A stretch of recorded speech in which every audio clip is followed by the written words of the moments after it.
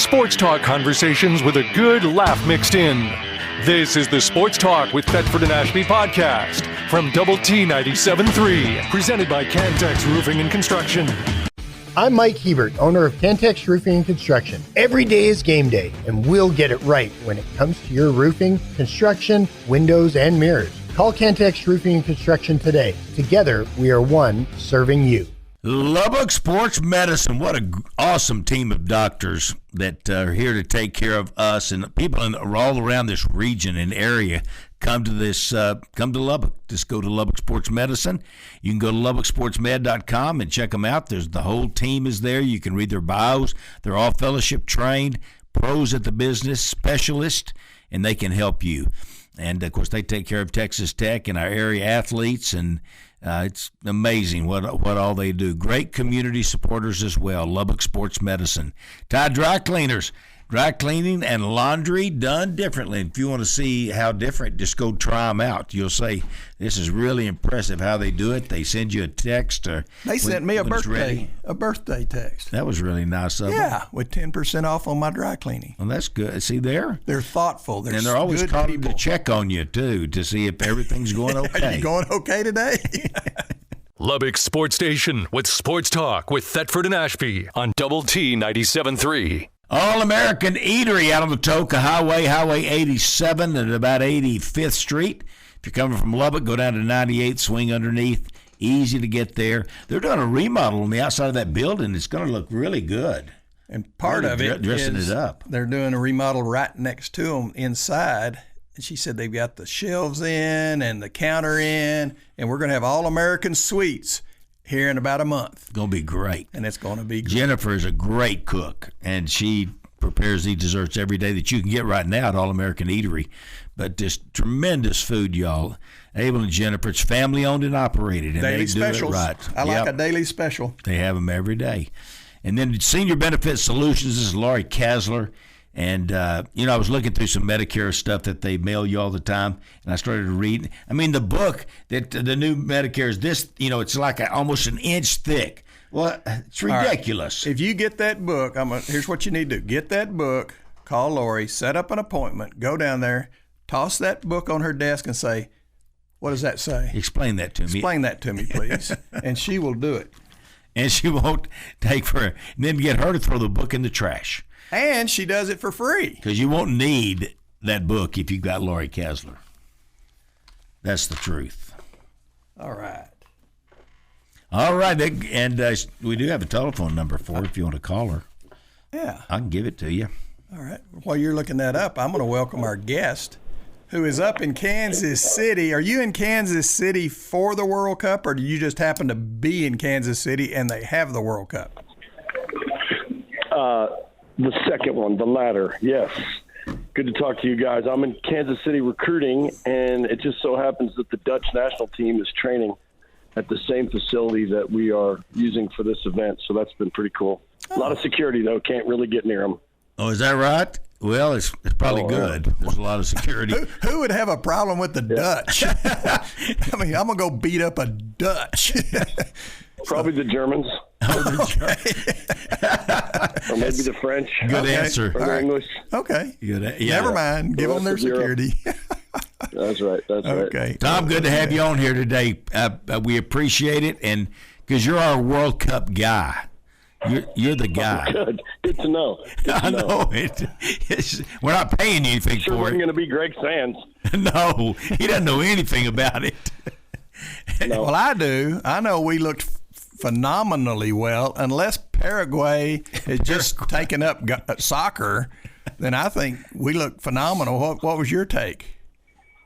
No, I agree with you. I mean, it was the most amazing start, and that we've ever had in the World Cup. I don't think Paraguay was the biggest opponent we've certainly ever played, but I mean, they're a soccer playing country, and they've got some world-class players, but in the end, playing at home and the massive crowd and how well the team played together was a beauty to behold, because everybody was kind of wondering, we knew we had good players. We know we've got some guys with some great international experience playing overseas and World Cup experience, but how they came together was really a mystery. And if this is any indication, we could definitely get out of group play and get into the knockout rounds. I think soccer got a lot more fans last night because I think a lot of people watched it just because of the novelty of World Cup here in the United States. But my gosh, some of the things those guys can do with the football. So athletic, and fast. How do you run that much, Tom? I mean, the field is so big. It's just a constant run. It's just you're just running all the time. I mean, physical fitness, as you can imagine, in the modern athletes world these days is taking on a life of its own across all sports, but it's never been more prevalent in soccer because of they'll run 10 miles a game, no problem. Yeah. And so it's incredible, but they're in just world-class condition. These guys can take it and they can do it again on the 19th when they play game 2. They'll be ready for that. They've got every imaginable tool to recover. And it's, it helps when you're hosting. Your families can be around much easier. You're comfortable with every aspect of life here. So it's an advantage to host, and, we're glad to be doing it. It's always better when they go yay instead of boo when you do things. Yeah. So that helps. Doesn't hurt. Yeah, without a doubt. Yeah, it doesn't hurt. So anyway, I've got a few questions about some of the stuff. Where did it looks like where's Waldo shirts? Where did that come from as far as the fans are wearing? Where's you'd never find Waldo at the World Cup. I know that. Is this a phenomenon? They're all wearing a Where's Waldo shirt? Or are you talking about the jerseys that the team is wearing? No, the fans. I mean, it literally Where's Waldo shirts. But anyway. I don't even know. There could be a reference to Eric Ronaldo, who they called Waldo sometimes. I don't know what that that piece is about. I haven't followed that drama. All right. Watching last night, the referee pulled out his little yellow card a whole lot. And a couple of times I go, yeah, that deserves a yellow. But sometimes they would just trip a guy, and he'd go over and give him a yellow card, and I'm going, for what? So, anyway. So the ones that are obvious to you are usually the ones that are more violent, right? You can tell the guy went after him. He could have hurt him. The guy goes down. And, of course, every soccer player has dramatically practiced their sausage roll, and they grab their ankle even though they got kicked in the knee, and they're wincing in pain like they're dying. But it's the ones that you don't always catch on why is really there's an intent factor, and referees will see that some play was developing or something was about to happen good for the team with the ball, and they'll consider the foul to be something to break that up. So there's a little more to it than just the actual foul. It's like you were ruining an attack. They'll throw a yellow at that. They'll also throw a red for that, but it has to be in different circumstances. Okay, now that brings me to my next question. Paraguay had a guy flop, and flopping's just I think it's one of the negatives to soccer is floppers and basketball. But but he flopped, and they went and reviewed it, and they gave him a red card, didn't they, for flopping? No, they gave him a yellow. Okay, yellow. You could be kicked out of a game, though, if you flop and you're sitting on a yellow. So if you're carrying a yellow card in the game and then you get another yellow for flopping, 2 yellows get you kicked out. But in this case, everyone knows, FIFA knows, the referees know that it's a big complaint of fans and that there's too much gamesmanship. And once you get a lead against a team that maybe you're not as good as, but you get the lead, there's so much diving and so much time wasting, and the fans hate it. It ruins the game, to be honest. And so the referees in this World Cup have points of emphasis, and one of their points of emphasis is to use replay to catch floppers. Yeah. So that if you're a flopper, the fans really appreciate it because the game gets going again. The ref tells them to get up, gives them a yellow card. That guy can't do it again. So, and you get 2 yellow cards, you got to sit out the next game. Okay. So it's a tight ship they're running right now. Usually the refereeing is kind of controversial in the opening games because these refs are highly scrutinized. The fans, the media, they've got people watching them. So it's not always the best officiating early on, and it kind of settles in, is my opinion. And I thought we might have got a little bit better, but once again, when a referee, does something and they yay or something and they boo, he might lean toward the yay over the boo. But I think I would flop about the 5 or 6 mile mark. And you said they run 10 miles in a game. I think I'm flopping. I'm just going to lay there for a while. You'd flop when you ran out on the field to Bring start. me some water. How many referees are there? You're not going to flop for an injury. You just want to rest. Yeah, I just want to rest. Tired, coach. That's what you're saying. How many referees are there? 2 or 3? How many? There's 4. There's 3 on the field, 1 on each line, then 1 in the middle, the one that gets all the airtime on TV, and then there's a 4th official who stands between the 2 coaches, which really isn't – in college, that person is to keep the peace between the coaching staffs, but it's also to tell the coaches to sit down or stop yelling or stop waving his arms or – I mean, there's a big job for that 4th official. He's supposed to keep the sideline decorum up to pace. All right. Speaking of the coaches, our coach looked like a guy you'd go have a beer with, and their coach looked like he's about to go preach a sermon. I mean, he's wearing a coat and tie and all dolled up, and our coach looks like a GQ party guy. animal. Yeah, a party animal. Yeah, our guy's pretty slick, and he's known for that, being a good dresser. He's coached all over Europe, all over the world, and his attire is always well noted by the fans. That's just his style. You know, our women's head national team coach, she dresses really nice for all the games, Emma, and that's different because most of our coaches had been wearing sweatsuits and stuff for a lot of years, but now Emma dresses really nice too. So we got 2 of the better dressed head coaches in international soccer right now. I don't know if that means anything, but sounds good on your show. All right. Speaking of international, we don't know no better. Speaking of international, how many of our players, I'm pretty sure none of them were born in like Idalou, but how many were born in the United States and how many did just happen to be here? You know, I don't know that exact stat, but I'll give you an example of what's kind of typical when you have some families. So the goal scorer, Balogun, who scored 2 goals and plays for Arsenal, he was born in Brooklyn. Huh. And so he's American. His parents are Nigerian. They were there, you know, working for some company in New York. And he was born in Brooklyn. And then the dad got transferred or something to London. So they went to London. That's where he was raised in a soccer culture. Got with Arsenal, one of the best clubs in the world, became this great young player. And I don't know how much he pursued the English national team, but it was certainly an easier route to the World Cup to play for the U.S., and he had roots in the U.S. And so, yeah, he's an American citizen by birth, and he's a fantastic soccer player. And we've never had a U.S. player score 2 goals in a World Cup game in history, or maybe since 1930, something I read, which, no even proof of that. Except for maybe a story in the paper somewhere. A story in the paper, and his dad was the editor of the local paper. So there's 48. Yeah, but you know, there's 48 teams, 48 countries. Yeah.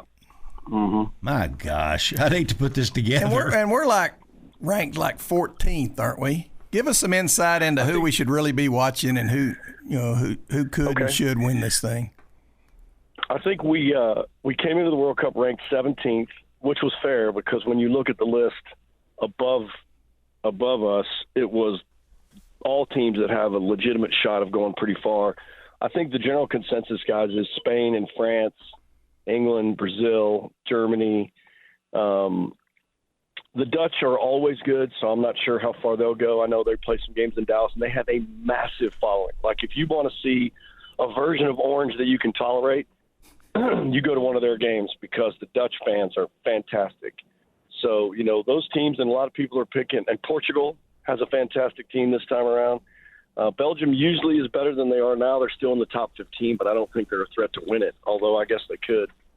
But it's European, and Argentina, I'm sorry, forgot about Messi and Argentina. They could also win it, and some have them ranked first. And, you know, he's got a ton of fanfare here because he plays in Miami. And they play games in Miami, which is like, you know, mini Argentina. They've got so many Argentinian retirees and families that have moved there in Miami. It's a fantastic place for Argentina to play. So, you know, where you get to play is a big deal. The weather, the size of the field, the conditions. You know, the European teams do not want to be – ironically, they would not have wanted to be in Dallas, except that our game is air-conditioned because Jerry's got the roof closed. So now all the European teams are like, heck yeah, let's go to Dallas. But they would not want to play in our heat in Dallas, Texas. But in Dallas, it's the roof's closed, so they're good to go. But if they come to Kansas City and it's 88, 90 degrees and 90% humidity, they're going to struggle. These teams that play in these really hot, humid climates are going to struggle. Other than Mexico, Brazil, Argentina, they're used to that. Mm-hmm. How about altitude? Do they have any games that like in Denver or – Denver is not a host city, but Mexico City is. And it's at, 6,000 feet and awful pollution and smog. And the biggest deal about playing in Mexico is fighting the air. You can't even breathe it, and you're at altitude. So Mexico has a lot of stuff altitude. in it. You have to eat the air. That's sad. Yeah, it's not good. It's not good. I'm looking at this schedule, Coach, and it looks like the finals on July the 19th. This is a long tournament. It's unbelievable.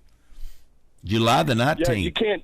Yeah, you can't play every other day. This isn't like the NBA Finals where you can get on a flight and play the next day, because it's such an aerobic sport. These guys are dead after every game, and I don't know if you know the substitution rules, but they're only allowed to put a limited number of people in the game, and once you come off the field, you can't go back on. So if you get subbed off, you're out for the game. Oh. And if you spend all your subs and somebody gets hurt, you got to play short. Ooh. You got to play a man down. So it's a brutal contest. Hour and a half is just about the extent of how long these games should be. I agree. I don't know how they do it. I really don't. The field is so big, and there's so much running. It's just, I think you nailed it. 10 miles, what they're going to run. I mean, they'll go more than that too, but it's not unheard of to have that be an average number. And it kind of depends on the position. The goalkeeper's not running 10 miles, but everybody else has got a shot at that. And they are so fit. I mean, these guys really are world-class athletes. And that's why, the Dutch team is here where I'm staying. And they get off the bus. And, guys, it looks like a combination of NFL and NBA guys. Yeah. They're just not as bulky. Like, they're 6'5", 230 pounds of absolute ripped. They've got guys that look like DBs, running backs, center. I mean, it's the best athletes in the world in these other countries. They play soccer. Yeah. So they're doing it at a high level of athleticism.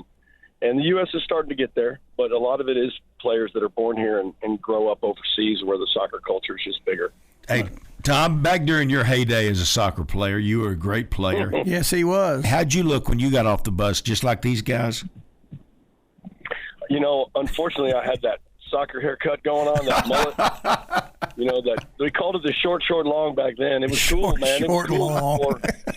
It was really cool, and then fishermen made it look terrible, and now baseball's brought it back. So we mainly traveled in fancy sweatsuits and stuff. We didn't have the fashion sense that all these athletes have now. I just kind of got off the bus, and there was no cameraman waiting for us to get off.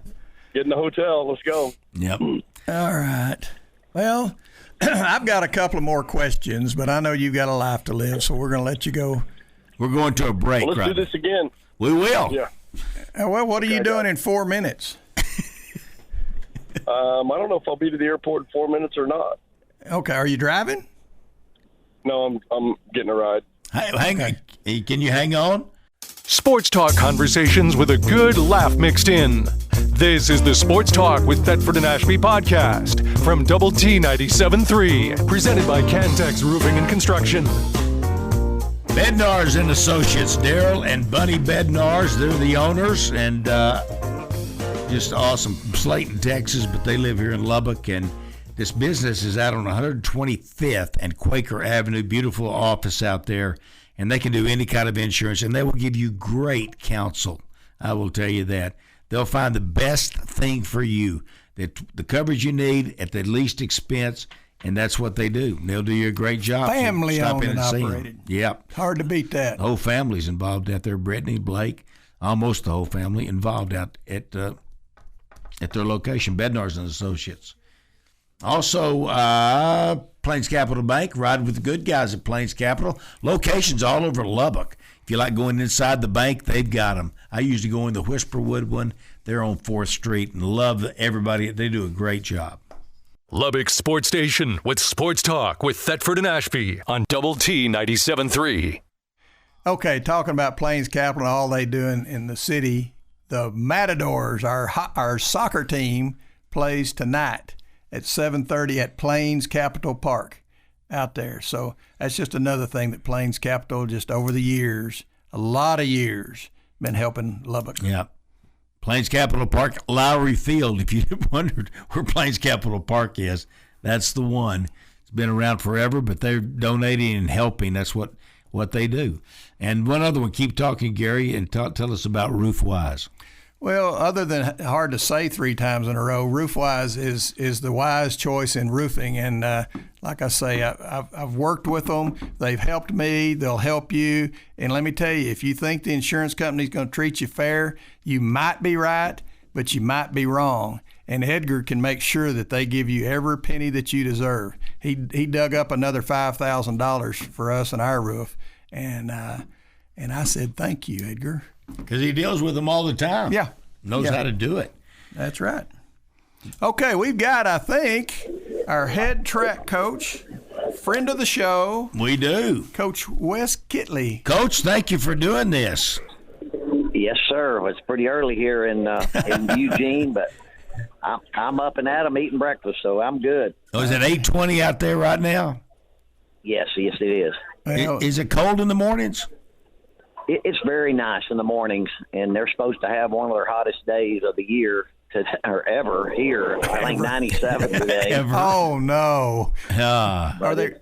It's about 55 or 60 right now, and then it's supposed to warm up. It's been 80s. It's been really nice after Monday and Tuesday. It was raining Sunday and Monday and a little portion of Tuesday, and then it's gotten pretty nice Wednesday on. All right, what does rain do to a track meet? Do they stop the pole vault? Do they stop the hurdles? Does it stop anything? As long as there's not lightning, they'll keep going. Okay. So I've been here many times that it's been raining, and they don't get lightning much here, and that's the most unusual thing. Trey Culver had to one time high jump in just a pouring rain, and it's the most difficult situation I've ever seen. Did he win? He did not. Okay. So it did affect him. Well, speaking of not winning, it hadn't gone very well for us. No, it hasn't. We've not had a good meet. There's no other way to put it. We've had a great year. We've won 4 Big 12 championships, and I feel like, we just kind of got to this point. It's almost like we've got a bunch of really good kids, and they came together for a conference meet. But when you get here, you got to have some winners. You got to have some top people that are going to come through. And we haven't been our best, and I'm not sure why. I'm going to try to look at that. Our women have actually done pretty well, and we'll finish up today with them. But the men have, I've been disappointed. Well, I was watching it, and I'd flip over there's so much going on right now, but I'd flip over and I'd go, I don't see any tech guys in this race. Next race, I don't see any tech guys. It started off Wednesday, we had our first race, the 4x1, and we're running really well. Other than we just had a terrible handoff and barely missed the final. And I feel like it kind of shocked them all. And I got a young group, and they just didn't handle that well. I think then the next Malachi got hit in the hand and the hurdles and kind of knocked off the hurdle, and he didn't make the final. And then I just feel like the whole group just kind of was in shock there for a moment. Yeah, well, sometimes it's a snowball. When you start good and you get on a roll, and boy, these kids get excited. And then when you got a young group that's not been in this situation before, and I'm telling you, you got to be on your game here. I mean, it's 24 people good. Come, and top 2 in each event are the only ones that make the final for sure. So it's just you just have to be your very, very best. Well, when is the women's high jump? Oh, it's about 5 o'clock, I think, which is 7 o'clock your time. Okay. So Timmy Tope, is she odds-on favorite to win it? Yeah, we've got several things today. The 4x1 women did make the final, and they'll start us off. And then we have 2 girl hurdlers in the 100-meter hurdles. The only school in America that's got 2 hurdlers in the finals. And then we have another girl in the 400 hurdles. And then we've got Tamia in the triple jump, and she was 3rd nationally. And then we've got Timmy Tope and Evelyn in the high jump. So we have some opportunity score some points today in the women, and I'm going to be real excited if we do that. Well, what does your napkin say? You usually jot it down and have a pretty good idea how many points we're going to have. Are we going to be top five? I'm figuring positive. I'm going to be positive today, and I think we can score around 30 points. Oh, wow. And if we can score 30 points, we're going to be top 5, 6, 7, somewhere in there. Okay. So Good. I'm going to be positive and get the girls going. Well, back to the men, I flipped over, and it looked like the SEC championship. I mean, it's just like SEC people everywhere. Would it help you in recruiting and all if the Big 12 was a little bit better in track? I think so, but it's more a money issue, especially. Okay. I mean, this year I only had 12 scholarships, and those people have 35. Okay. And I am the men, and I had 18 in the women, and they got 45. Oh. And you're seeing it. I mean, it's just, I mean, the administration do it. I told them this is going to be rough when we didn't get the scholarships this year. I'm like baseball. No excuses, but it's just when all the SEC jumps on you like that, and they're very good anyway, then it really hurts. But they're giving me more for next year and the years to come, and so hopefully we can get this group back. I've got a really good class recruited, so I am excited about that. And we've got a couple of kids that could be those big ringers, those top 2 or 3 in their events. Okay, so good. Sometimes you just got to take good with the bad, and it just wasn't a good meet. And I've been doing this 42 years, and it isn't the first time I've been here and we didn't perform, but it's disappointing, of course. Yeah. Most of the time when we have you on, Coach, it's real positive because we're usually competing at such a high level. And I was with Gary. I was going and watching it, and I said, well, I'm tired of watching these guys. I don't know any of them. And yeah, I found myself pulling for Baylor in a race because he was the only Big 12 person in the race. Yeah. And I was going, come on, Baylor. Well, they've all jumped on. I mean, K-State's the only one that got a bunch of scholarships. Yeah. And Baylor got a few more, 1 or 2 more, and we didn't get any, but still you can tell the Big 12 is lagging behind on the scholarship part. And it's just money, I mean, they're getting whatever, 80, 90, 100, a million, I think, from the SEC school, and we're getting 45 to 50. And, and we've gone hard after football and basketball and as a priority, which you should be. And, we're just trying to play catch up right now. You'll do it. We got the right we're guy. We're going to get it done. Absolutely. We're going to get it done. And I just, like you say, it's hard. If you look at the history, we won national championship in 2019, and it took us till 2024. We did it again. When you lose those great ones, then it takes 3 or 4 years to develop those other kids back, and that's kind of a good average.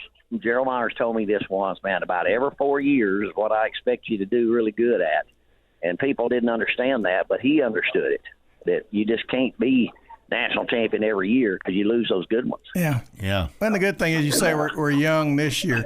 Hey, Coach, I don't believe everything I hear, so I'm going to ask you. I heard that we recruited a kid that's also a quarterback, and he's going to be able to play football. Now, does that have any truth to it at all?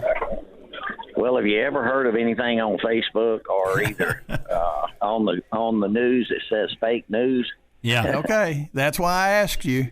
Yeah. Well, what happened is that kid, actually my son recruited him when he was the offensive coordinator here, Carson Gordon. He recruited him as an athlete. The kid wants to play quarterback. Chip Kelly was at UCLA, and he recruited him as a quarterback. Then the very next year, Chip Kelly got fired at UCLA, and the kid is a national champion in the triple jump out of high school. And so he's a fabulous athlete, but he's just not, in my opinion, and it doesn't matter about me, it's the others. I talked to football. They contacted us about him coming here, and they want him to do track and football. I went to football, and they weren't interested in him. And so that ended it. And I don't know where all the rumors got. He did reach out to us, and I talked to Mac about it.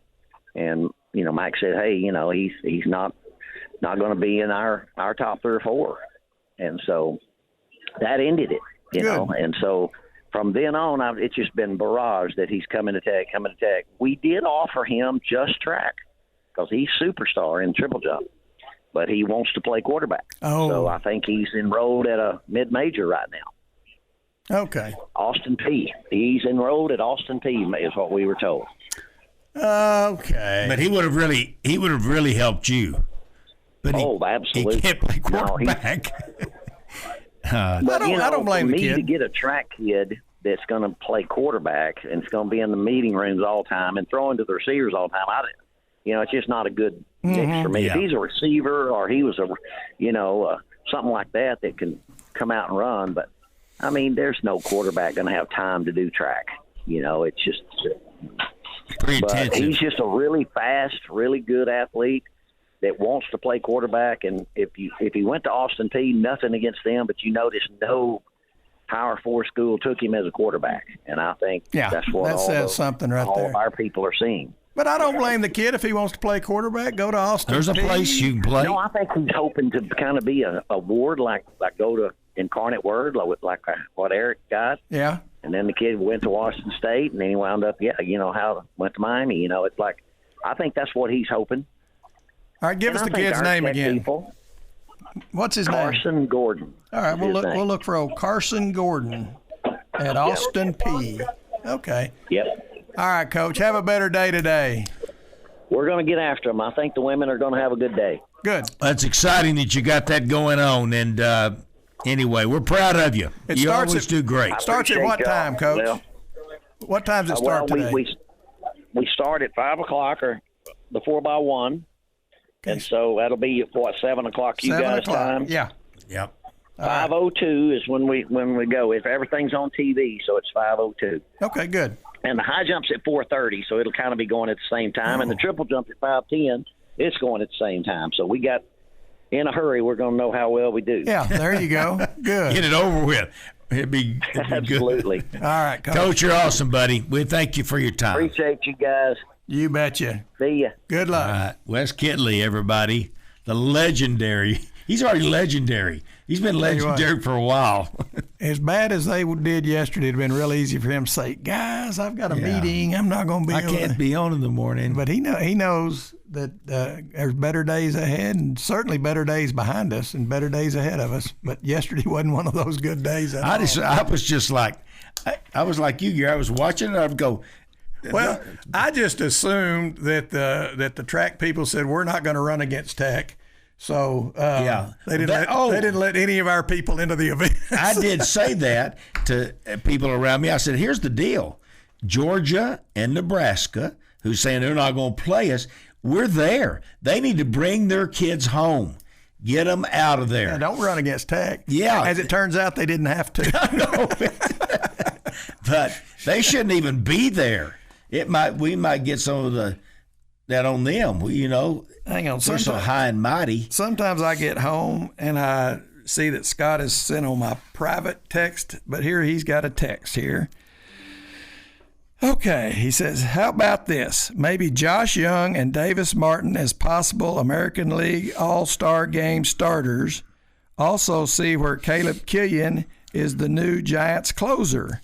Martin was the last Bulldog we had on the mound. Bulldog meaning tough, get after you kind of guy. Just battle you. Yeah, and he's doing phenomenal. He literally could start the All-Star game. He might. I don't know when they come up with that stuff, but he's certainly I tell you who else has been phenomenal, and that's Josh Young. He was struggling, and he's like one of the top hitters in the league. 317, and if you take out that first 3 weeks, he's probably hitting 380. It's unbelievable how good he's doing. Yeah. He made an adjustment. I don't know what the adjustment was, but he made an adjustment in his swing and in his approach or something.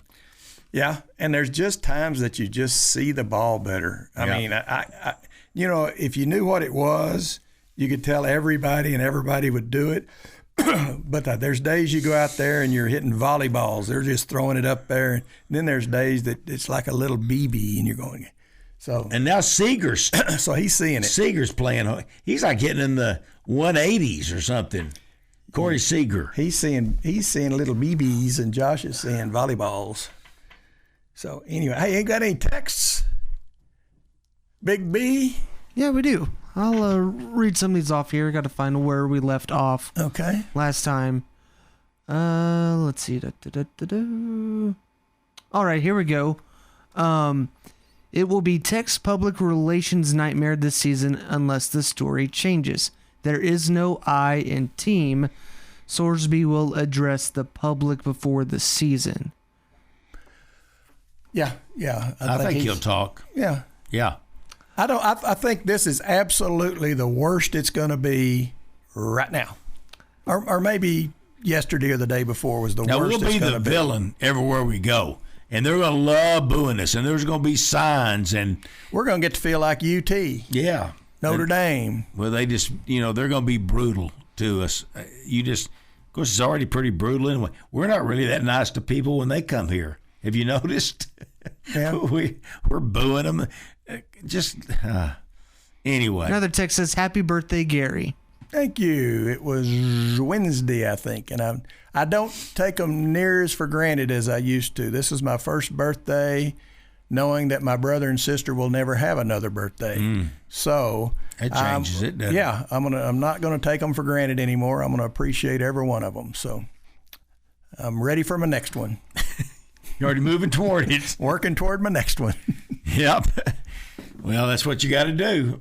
Yeah. Let's see. And when we get this old, you say that, man, and you're just like, and then they go, well, it's better than the alternative. That just stop them. And at some point, it won't be better than the alternative. Yeah. But right now, it is. Yeah. So anyway, we'll be right back, and we're going to get Curt Langford back on the phone and talk tech stuff. Sports talk conversations with a good laugh mixed in.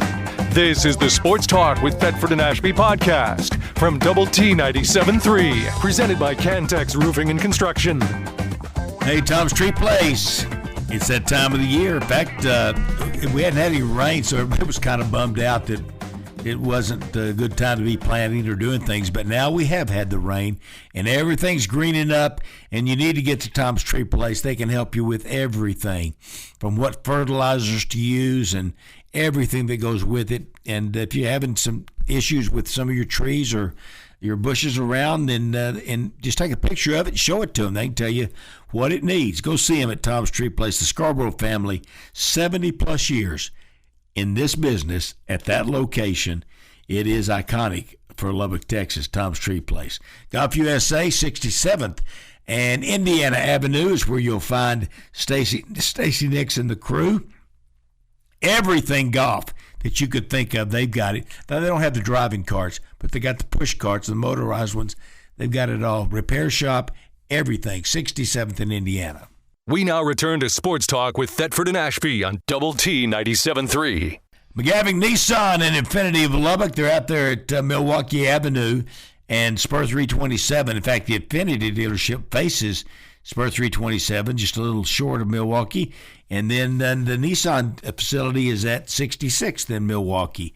And real close to each other, beautiful vehicles, outstanding service, great salesmen. They'll work with you to make it work for you. And looking to make a deal. They usually have great deals going on in interest rates and those kinds of things, and absolutely an outstanding lineup of vehicles. Go check out the Nissans and the Infinities. And don't forget, now then, McGavick has other dealerships around. They bought one in Pampa. They gave them access to Volkswagen, Toyota, and GMC trucks. They've got, just tell them what you're looking for. They can help you locate it at McGavick Nissan and Infinity of Lubbock. And then the other one, Connecticut of West Texas. And we say West Texas because not only do they service Lubbock and the surrounding area up here, but they're down in the Permian Basin.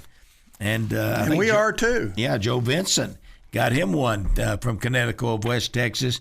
And it will just change your world. It really will. And we've said that, and we're shooting you straight on that deal. Soft water in West Texas is not...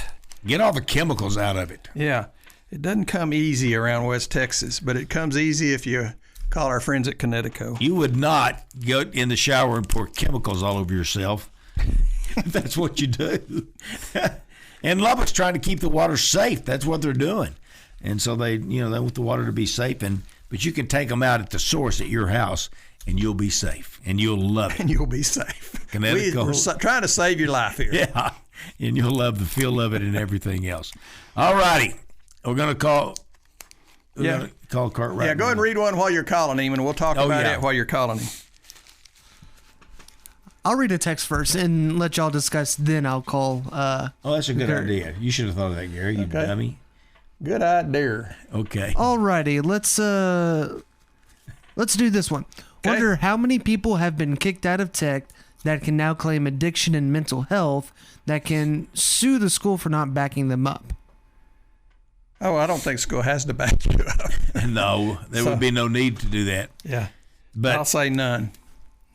Text. But see, that's the point of that whole text was they're just claiming that they're addicted. That's what they're saying. Yeah. And that's where people are. They think he's just, Well, I'll say this. And I'm not saying I've always been this way. I like to think I have, and I know David's this way. You'd rather err. We're on a nonprofit, and we get lots of requests for help. And what we try to do is err on the side of helping someone. Yeah. Instead of trying to overanalyze, say, heck with them. Err on the side of helping someone. So if you go through life like that, I think you might miss on a few, but you're still better off, and society is better off. Last one, and then I'll give Curt a call here. I'm kind of skimming through these. I applaud Tech for supporting Sorsby, but he doesn't need to play a down this season. He should be stripped of some of his payday and stay on the team as an admin or special coach so he can stay engaged and monitored for his continued recovery. That's an option, but that ain't going to happen. No, if it turned out that way, if he doesn't play a down for us, I've always been fine with that. I mean, my gosh, we've been around 100 years, and he's never played a down for us before, and we're fine and dandy. Yep. And if he never plays a down for us this year, we're fine and dandy. I'd like for him to. Yeah. I want him to play. I think it's going to work out where he does, and I hope it goes well for him, and I hope it goes well for Tech. But anyway. I think in the long run, you'll see that it was the right decision. Right now, I understand why people are saying what they're saying to a large degree, but, they're mad. And you know what, though, David, I'll say this. If we were, let's just say, who was worst in the conference last year? The worst team in the conference? Oklahoma State. Just close. If we were Oklahoma State, I don't know that people would be upset, but we played in the championship rounds last year. We've ruffled them now. So and they think we're bought the team. Well, guess what? Everybody's buying their team. Yeah. Everybody. Texas spends a lot more than we do. That's right. All right. We got him back. Curt Langford, what's your title now? You used to be CEO, but what are you now? VP, Senior Associate VP of Alumni Relations and Engagement. Oh, that's good. That's a lot to tell people. Well, hey, when the guy that has the title has to think about it, I know. The title is probably a little too long. Yeah. Well, I thought it was long before, but it's spot on. It's what I do, so okay. It's good. All right, let's go with it then. All right. Yeah. Now then, what we want to talk to you about, and I think you wanted to share some thoughts on the Sorsby situation, and well, you were touching on it there. A lot of people's, it's almost like this is stricken accord with a lot of people due to our recent success, and they're seeing it as an opportunity. And you mentioned earlier whether the chancellor is honed in on this. I attended an alumni event in Abilene last Wednesday, which Chancellor Creighton spoke, and he's just dynamite in his points. And that was one of the things that he brought up. He said, you got a lot of schools, you got a lot of people out there that are wanting to take their pound of flesh against Tech right now. They see this as an opportunity. But careful with that, with the long game, because, you start looking at it in the hypocrisy from some of the other schools. I mean, glass houses and all of that. But the main thing is, and he's advocating for the university's stance on supporting him. But I went on from there to Houston. The Reckham tour was down at Houston, and both Kirby and Joey spoke there. And I've just got to say, I couldn't be more proud of our administration, Kirby and President Skubinik, and obviously a chancellor. And, it's easy for social media in which everybody has the facts are able to provide commentary, and they don't know all the details. I don't know all the details, but I do know that we have a leadership that's committed to the student, not just Brendan Sorsby, but our students as a whole. And even referring to that prior text that you received, that Center for Student Addiction that's on campus was the first of its kind and was controversial, as I understand it, when it came on. And the president actually embraced it and said there's a need for this. And it's funny how many institutions across America are following our model for having a center of, the center of student addiction in place. That there have been wonderful stories that have come out of that, where students have been able to finish their education that wouldn't have otherwise because of whatever it is they were battling, the demons they were battling. But at that event at Houston, guys, what I wish all of our alumni could have seen, and of course you got a lot of Red Raiders in the room, and but Dakota Allen was there, and he got up and spoke, and it was totally unscripted. And while Kirby was up there with the mic, and Dakota just wanted to publicly thank Kirby and the coaches, Texas Tech as a whole, for sticking with him through the problems he was having. When was that?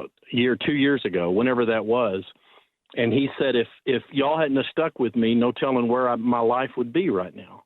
And you look at Dakota's story right now, it's successful. He turned it around here on campus, and he's got a foundation there at Houston. But it was so heartfelt, genuine, and a testimony that I just wish all of our alumni could hear. And I could tell it meant a lot to Kirby because it was as authentic as you can imagine. And Kirby, the other thing that, a lot of this word integrity has been said a lot. And a lot of people are challenging the integrity. And anybody that's seen the video and the release, I couldn't be more proud of Kirby and our president because they've looked at this seriously and what's the right thing to do and what's the long-term play here. And a lot of people are going to look at it and say, hey, this just is about athletics. And that's not the case. It's about a genuine commitment to the student. Yeah, Kirby is concerned about student athletes, but the president is looking out for all of our students. And I think we're setting a model here, and it does set us up probably for some criticism. That's convenient. But I think it's as authentic as can be as far as the genuine desire to stand by our students and help them with the resources that we have. And I just, at that event in Houston, it was so powerful. And I think we all know Kirby is well respected among his fellow athletic directors. And I think one-on-one, he's probably hearing different things than people might say in the media. And I know our president is well respected as well. So I wanted to share that. And I wish all of our alumni could hear some of these experiences and what's happening on the front lines. And then, of course, Joey, he's obviously committed. He's like a father figure to these players. And I'm just so proud of him as well as how they're all handling it. Yeah, and I'm glad you said that about Dakota Allen, because I listened to an interview that Kirby did, and he told the story that you just told about Dakota Allen. Good. And you can see it online if people are looking for it, but it was dramatic. And I'm telling you, it was the story of what's going on right now. It's just that a lot of people out there, Curt, just think we're just making all this up, and he's just a gambler. He's got it. You could be gambling a little bit and you're not addicted maybe, but he is addicted to it. I mean, the number of bets and the amount, it's a serious issue. Well, guys, I when I talked to y'all 2 weeks ago, we talked about it. The problem is this is systemic. Yeah. It's student athletes and students. It is absolutely pervasive through the college campuses. That's right. This is a real problem. And the question that hasn't been asked, I'm kind of curious why this hadn't been asked, but I think sometimes, Socrates taught us this, to have the Socratic method is about asking good questions. And I wish some people would ask the questions to a lot of these other athletic directors and coaches that are so quick to be critical and said, hey, have you done an honest audit of how many of your student athletes and your students in general are dealing with this? Yeah. And do you acknowledge it or not? And that's that. I think if anything, black eye and all, as you said, Gary, I think it is calling attention to a real problem that we must address. And I'm proud to be associated with an institution that had a center already in place a long time ago to address this with other addictions. And so it helps a story to be told. And again, Dakota's story probably wouldn't be told if not for this. Yeah. So it's Curt, the long game. It's the long game. I don't know if you're listening earlier when we played that talk show fella that wasn't an addict, addicted to gambling. And that's one of the points that he made was this will allow other students to step forward, athletes, maybe students, but athletes step forward and not feel like that's the end of their career if they seek help. And I think a lot of these schools need to open this up and just say, hey, instead of barbecuing Tech, saying, hey, here's what Tech's doing. This is a great time for us to get on top of this and have a meeting with their kids, and just tell them, hey, you're not going to get kicked off. We're going to help you. If you kick them to the curb, what message does that send? And where does the dialogue begin for healing? And the other thing Kirby shared that I thought was very intriguing, and how impressed he was with Brendan's parents. And Brendan's parents had contacted him, and Sorsby's parents wanting to, obviously concerned for their son, but he was impressed with how their first concern also was for Texas Tech. How is Texas Tech handling this, and how will it impact it? So, it's a storm. It's a storm. We all got to deal with it, but storm brings rain too. And again, just got to do the long-term play. And again, going back to this idea of integrity, standing by and doing the right thing. And I'm proud of our people. That's integrity when you do that. Yeah. It's integrity. Yeah. I think it's a lack of integrity if we let him stay. I disagree completely. But here's the other thing, and you just said it, Curt. We haven't talked to his parents. We haven't talked to Brendan. We haven't, and most of the people out there have not done any of that. They're just shooting from the hip. This is what I think. And they probably are saying they've got their own problems they deal with, their own addictions that they deal with. And David, I'd love for I'm glad you go ahead. I'm glad you mentioned that. There was an alum that came up to me at the event in Houston afterwards, and he was pretty emotional, a little teary-eyed, older gentleman. And it was personal to him because he's dealt with a gambling addiction and he's overcome it. And he was saying, this hit him close to home. And he is proud of his alma mater for not abandoning this student. Because he said, Curt, if they did that, he said that'd be another Ryan Leaf situation. He might be under an overpass somewhere, find his way in Vegas, and it just ruins his life. Yeah. And I thought that was interesting. I've not dealt with gambling. I did the nickel slots one time, but I knew when to cut bait and get away from it. The nickel slots. This is the thing. The world they're in. This is in the palm of their hand. Yep. And with the phone, and the hypocrisy with FanDuels and DraftKings, and the amount of revenue that these conferences are generating, and the NCAA indirectly from all the advertising.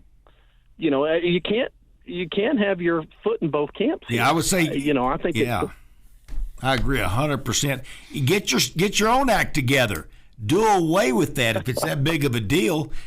Cut it. Tell ESPN and all the networks no advertising from any of these gambling sites on any of our product, any sport, any place. No gambling and sites, and they won't do it. That's going to be that's an addiction of its own, right, David? Yeah. But I tell you what, I'm pleased with is there's enough talking heads out there, and I think the truth will prevail. Nick Saban, some of these other people, and we know that there's some of these talking heads that have good relationships with Joey that are bringing some common sense to this, and it's not worth dogpiling Tech. It's time to start focusing on the problem and addressing it. Exactly. And I'm going to go back to what I said earlier. I think yesterday was probably as bad as it's going to be, or the day before. This week is as bad as it's going to get, and I don't think it's going to get worse. I think the narrative for Texas Tech and what we're doing, as soon as the word gets out, I think that the story will be more favorable for Texas Tech. I might be wrong. About being bold and leading on. Be bold and lead on. Be strong. You got to, yeah. Yeah. Hold the line. Thanks, guys. All right. Thank you, Curt. Appreciate you. Curt Langford, head of the Alumni Association. You've been listening to the Sports Talk with Thetford and Ashby podcast from Double T 97.3. Catch the show live Saturday mornings from 9 to noon on Double T 97.3 FM or on the Double T 97.3 mobile app.